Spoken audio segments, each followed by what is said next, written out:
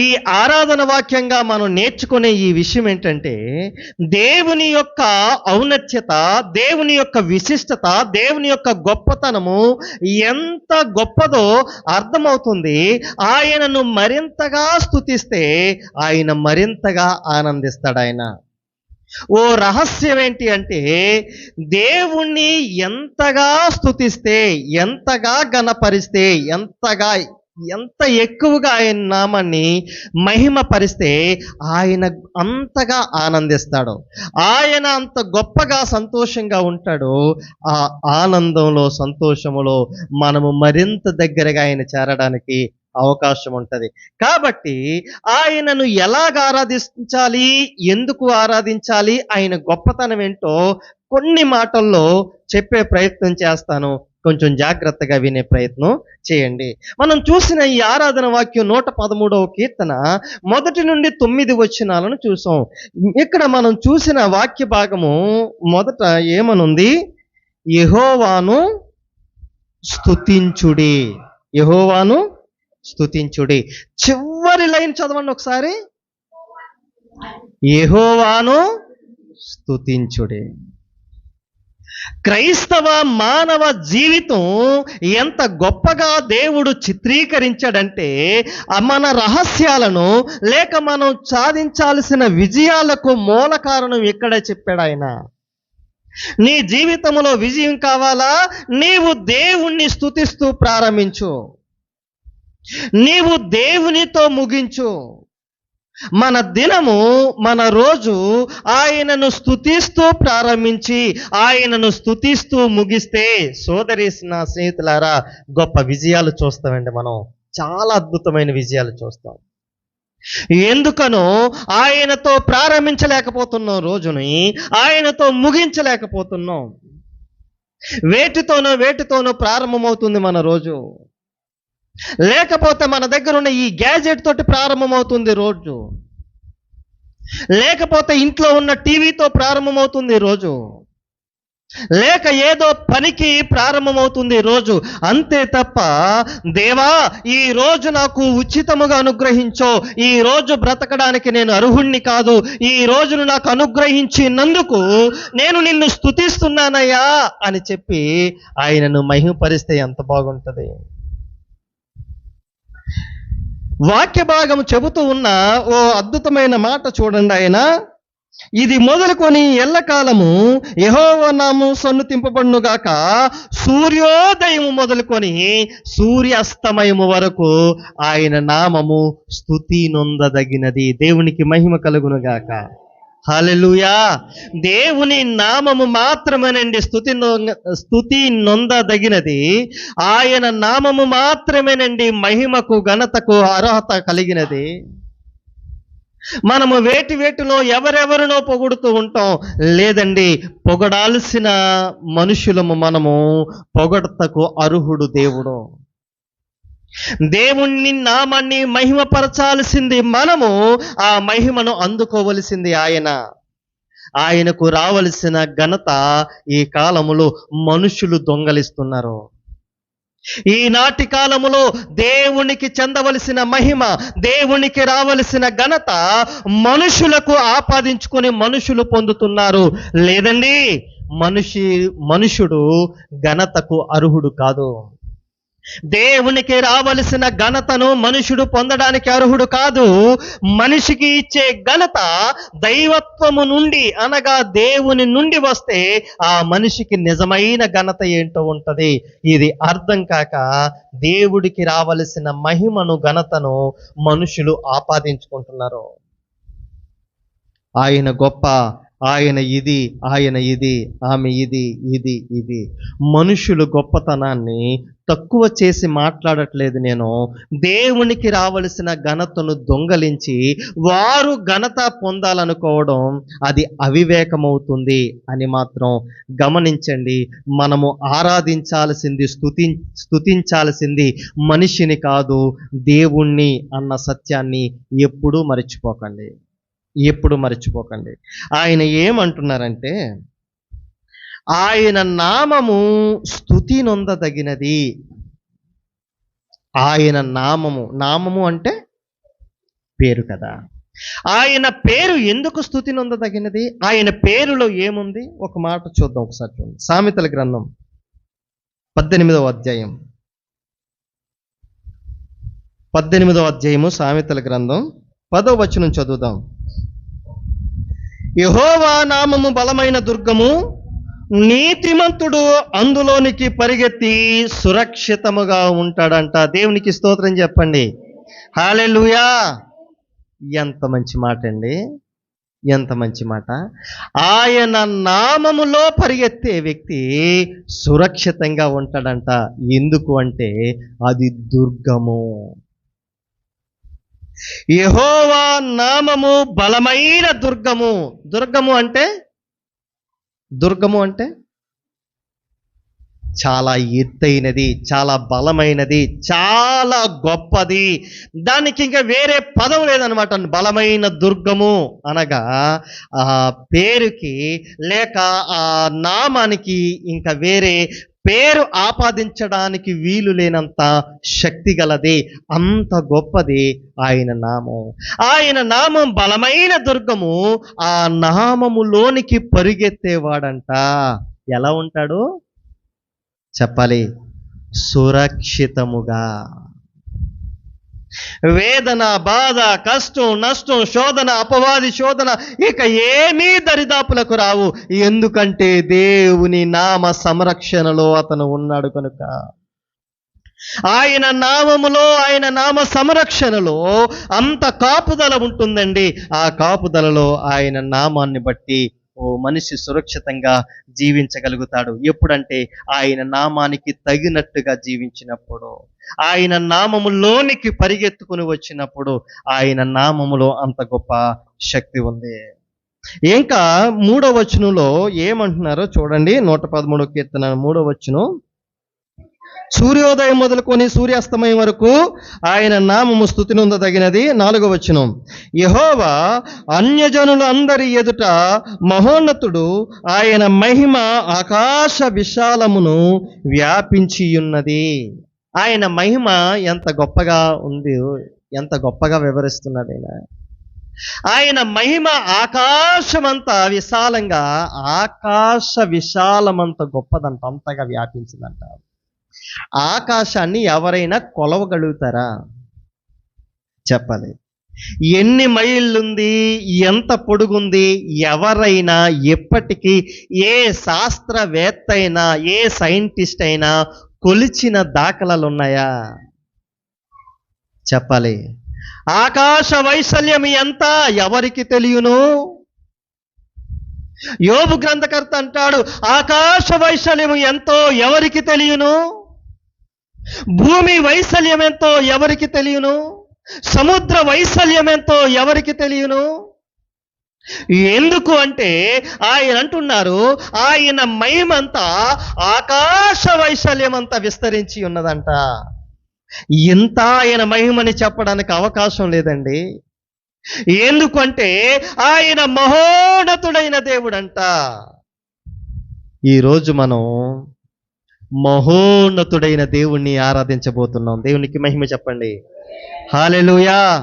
మహోన్నతుడు అనగా ఆయన కన్నా గొప్పవాడు ఇక ప్రపంచములో లేనే లేడు. ఆకాశమందైనను భూమి ఎందైనను భూమి కింద నీళ్ళ ఎందైనను ఎక్కడ అంత మహోన్నతుడైన దేవుడు లేనే లేడండి. అటువంటి గొప్ప దేవుణ్ణి మనం ఆరాధిస్తున్నాం. అటువంటి గొప్ప దేవుణ్ణి మనం ఆరాధిస్తున్నాం. మహోన్నతుడైన దేవుణ్ణి ఆరాధిస్తున్నాం మనం. ఓ చిన్న అధికారి మనకు తెలిస్తే మనకు ఎంతో ఆనందంగా, ధైర్యంగా ఉంటుంది. నాకు పలానా అధికారి తెలుసని. అధికారులకు అధికారి, ప్రధానులకు ప్రధాని, గొప్ప గొప్ప గొప్ప గొప్ప అందరికన్నా గొప్పవాడు ఈ మహోన్నతుడైన దేవుడు. ఎంత గొప్ప దేవుడు నీకు పరిచయం అయ్యాడో నీ ఫీలింగ్ ఎలా ఉంది? ఎలా ఉంది? మొన్న ఎవరో అది వీడియోలో మాట్లాడుతున్నారు. ఇప్పుడు అంత రాజకీయాలు ఎంత ట్రెండ్ నడుస్తుంది కదా. ఒక అనమాట, తొడకొట్టు చెబుతున్నాను, మీసం మెలే చెప్తున్నాను, గుండెలు బాదుకొని చెప్తున్నాను, మా ప్రభుత్వం వచ్చింది, ఎవడ్రా మమ్మల్ని ఆపేది అంటున్నాడు. అంటే అతని ధైర్యం ఏంటి? మా వెనకాల మా రాజకీయ నాయకుడు ఉన్నాడు, మా వెనకాల ఓ అధికారి ఉన్నాడు. ఓ సామాన్యమైన ఒక మనిషి తన అధికారి అని అనుకొని అతడే అంత ధైర్యంగా రొమ్ములు కొట్టుకుని మేసం మెలేసి తొడకొట్టి చెబుతున్నాడంటే, ఆకాశాన్ని భూమిని సృష్టించిన సృష్టికర్త అయిన మహోన్నతుడైన దేవుడు నీకు దేవుడుగా ఉన్నాడు. నువ్వెంత ధైర్యంగా ఉండాలి? ఓ 5 సంవత్సరాలు పరిపాలించే ఓ అధికారిని చూసే ఓ మనుషుడు అంత గంభీరంగా చెబుతూ ఉంటే, అంత గంభీరంగా మాట్లాడుతూ ఉంటే, ఇంత మహోన్నతుడైన దేవుణ్ణి కలిగి ఉన్న నీవు ఇంకెంత గంభీరంగా మాట్లాడాలండి? ఇంకెంత ధైర్యంగా మాట్లాడాలి మనం? ఇంకెంత గొప్పగా మాట్లాడాలి మనం? ఆలోచించండి. మహోన్నతుడైన దేవుణ్ణి మనం ఆరాధిస్తున్నాము, ఆ దేవుడు ఉన్నాడన్న ధైర్యం లేకుండా పోతుంది మనకు. కష్టం వచ్చినా ఏడిపే, బాధ వచ్చినా ఏడిపే, బలహీనత వచ్చినా ఏడిపే, అన్నిటికీ నా మహోన్నతుడైన దేవుడు ఉన్నాడు, ఆయనకు అసాధ్యమైనది ఏమీ లేదని గుర్తెరిగినప్పుడు కదా నీవు ధైర్యంగా ఉండగలుగుతావు. మహోన్నతుడైన దేవుణ్ణి, అంత గొప్ప దేవుణ్ణి ఆరాధిస్తున్న నీవు చిన్నదానికి చీటికి మాటికి నీవు బాధపడుతూ ఉంటే ఆయన ఏమంటాడు తెలుసా? నా బలాన్ని నీవు కించపరుస్తున్నావా? ఆయనను చిన్నగా చూస్తున్నామా? మనం చిన్నగా చూస్తున్నామా? ఆ మహోన్నతుడైన దేవుడు నీతో ఉన్నాడు అని నమ్మగలిగితే విజయం నీదే సోదరుడా, సోదరే. గొప్ప అద్భుతమైన శక్తిని ఆయన నీకు అనుగ్రహిస్తాడు. గొప్ప గొప్ప ఆశ్చర్య కార్యాలను చూసే కృపను ఆయన నీకు అనుగ్రహిస్తాడు. ఆయన నామాన్ని నీవు ఇంకను ఆశ్రయించట్లేదేమో. ఆయన అన్యజనులందరిలో మహోన్నతుడిగా కనిపిస్తున్నాడు. చాలా గొప్పవాడు, చాలా పెద్ద దేవుడు. ఆయన చాలా పెద్ద దేవుడు, చాలా గొప్ప దేవుడు.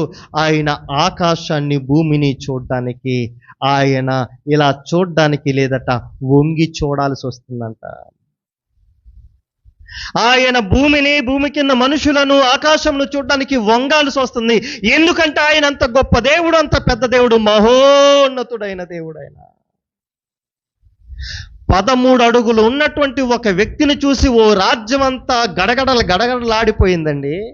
ఎందుకంటే అమ్మో 6 మూరల జానడు అనగా 13 అడుగులు 14 అడుగులు ఉన్నాడు ఈ వ్యక్తి అని చెప్పి భయపడిపోయి, మనుషులు వస్తుంటే ఇలా కాలర్ పట్టుకుని ఇలా పడేస్తున్నాడే, అయ్యో మేము ఎలా అని చెప్పేసి ఓ మనిషికి భయపడిపోయాడు.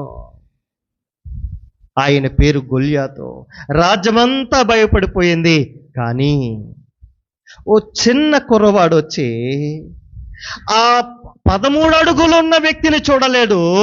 ఆకాశము ఆయన సింహాసనము, ఆయన పాదములు పెట్టుకునే పీట, ఆయన భూమి లేక ఈ భూలోకము అని గుర్తెరిగి, ఎంత గొప్ప దేవుని ముందు ఈ ఆఫ్టర్ 13 అడుగులు ఉన్న వ్యక్తి ఎంత ఏపాటివాడు, ఆఫ్టర్ కుక్క వంటి వాడని చాలా సునాయాసంగా, చాలా ఈజీగా ఒక చిన్న రాతితో చంపేశాడు ఆయన. ఓ మంచి మాట చెబుతాను, జాగ్రత్తగా వినండి. నీకొచ్చిన శ్రమను పక్కన పెట్టండి, నా శ్రమ పక్కనే నీవు ఆరాధించే మహోన్నతుడైన దేవుణ్ణి పెట్టండి ఒకసారి. ఆ శ్రమ చాలా చిన్నదిగా ఉంటది. ఆ శ్రమ చాలా చిన్నదిగా ఉంటదండి. జాగ్రత్తగా వినండి. నీకున్న శ్రమ, సమస్య చాలా చిన్నది. ఆ చిన్నదైన సమస్యను అసలు మీరు హృదయానికి తీసుకురాకండి. ఆ సమస్యను తీసివేసే దేవుడు నీ పక్కనే ఉన్నాడు. ఆయనను తక్కువ చేయొద్దు. ఆయన గొప్పతనానికి ఆయనకు అప్పచెప్పేయండి. ప్రభువా, నాకున్న సమస్య ఇది, దీన్ని తీసివేయడం నీకు సాధ్యము కాబట్టి నీ చేతికి అప్పగిస్తున్నాను, దీని నుండి నన్ను విడిపించు అని దేవునికి అప్పగించండి.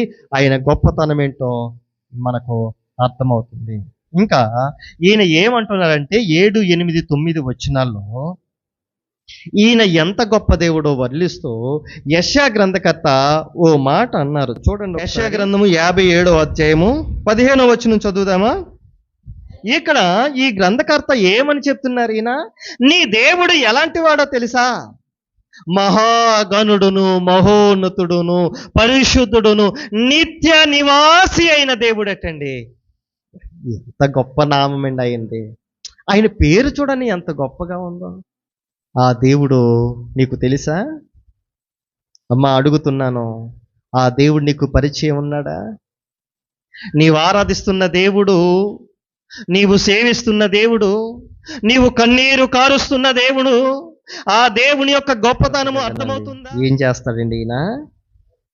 వినయము గలవారి దగ్గర, నలిగిన హృదయము గలవారి దగ్గర, దీన మనస్సు గలవారి దగ్గర ఆయన ఉంటాడంట. నా వైపు చూడండి. వినయము కలిగిన మనసేనా? వినయము కలిగిన మనసేనా? నీ దగ్గర దేవుడు ఉన్నాడు. నలిగిన హృదయంతో ఉన్నావా సోదరి సోదరుడా? నీ హృదయం నిండా వేదన అలుముకొని ఉందా? నీ భారము బాధ ఎవరు తీయలేకపోతున్నారా? జాగ్రత్తగా ఆలకించు. నీ దగ్గర మహోన్నతుడైన దేవుడు ఉన్నాడు. మహోన్నతుడైన దేవుడు ఉన్నాడు. ఎవరు లేరు అని ఒంటరిగా బాధపడుతున్నావు నీవు. మహోన్నతుడైన దేవుడు ఉన్నాడు ఆయన. నీవు దీన మనస్సుతో నీ పాప భూయిష్టమైన ప్రతి దానిని విడిచిపెట్టి దీన మనస్సుతో ఆయన దగ్గర ఉన్నావు. అద్భుతమైన శుభవార్త, నీ దగ్గర మహోన్నతుడైన దేవుడు ఉన్నాడు. మర్చిపోకు. నలిగిపోయి వినయముతో దీన మనస్సు కలిగిన నీ దగ్గర మహోన్నతుడును, మహాగణుడును, పరిశుద్ధుడును, ఆయన నిత్య నివాసి అయిన దేవుడు నీతో ఉన్నాడటండి. ఇంకెందుకండి మనం భయపడతాం? ఎందుకు దిగులు చెందుతాం? మహోన్నతుడైన దేవుడు మనకుండగా, మహాగణుడైన దేవుడు మనతో ఉండగా, నిత్య నివాసి అయిన పరిశుద్ధ దేవుడు మనతో ఉండగా ఇంకెందుకు సోదరి? ఆ మహోన్నతుడైన దేవుణ్ణి నీవు కలుసుకొని నీకున్న భారము, నీకున్న కష్టము, నీకున్న శ్రమ సమస్య నీ దగ్గర నుండి తీసి ఆయన మీద వెయ్యడమే తరువాయే. ఆయన ఏమంటాడో తెలుసా? ప్రయాసపడుతున్న వారులారా నా దగ్గరకు రండి, నీ భారం నా మీద వేయండి, నేను మిమ్మల్ని తేలిక చేస్తాను, మిమ్మల్ని నేను సుఖంగా శాంతింపచేసి మీరు సంతోషంగా జీవింపచేసే రీతిగా నేను చేస్తాను, నా యొద్దకు రండి. ఆయన మాట అన్న తర్వాత కింద ఏమంటారో తెలుసా? నేను దీన మనస్సు గలవాడను, సాత్వికుడను, వచ్చి మీరు నా దగ్గర నేర్చుకోండి అంటాడు. మనం ఆయన దగ్గరకు వెళితే దేన మనస్సు ఎలాంటిదో నేర్చుకోగలుగుతాం. ఆయన దగ్గర ఉంటే ఎంత వినయంగా ఉండాలో నేర్చుకుంటాం. ఆయన దగ్గరకు వస్తే ఎంత సాత్వికంగా ఉండాలో నేర్చుకుంటాం. ఆయన దగ్గరకు వస్తే మన జీవితం ఆనందదాయకంగా కొనసాగింప చేసుకుంటామండి. నా స్నేహితులారా, అంత గొప్ప దేవుడైన మహోన్నతుడైన దేవుణ్ణి ఆరాధించడానికి పూనుకుందామా?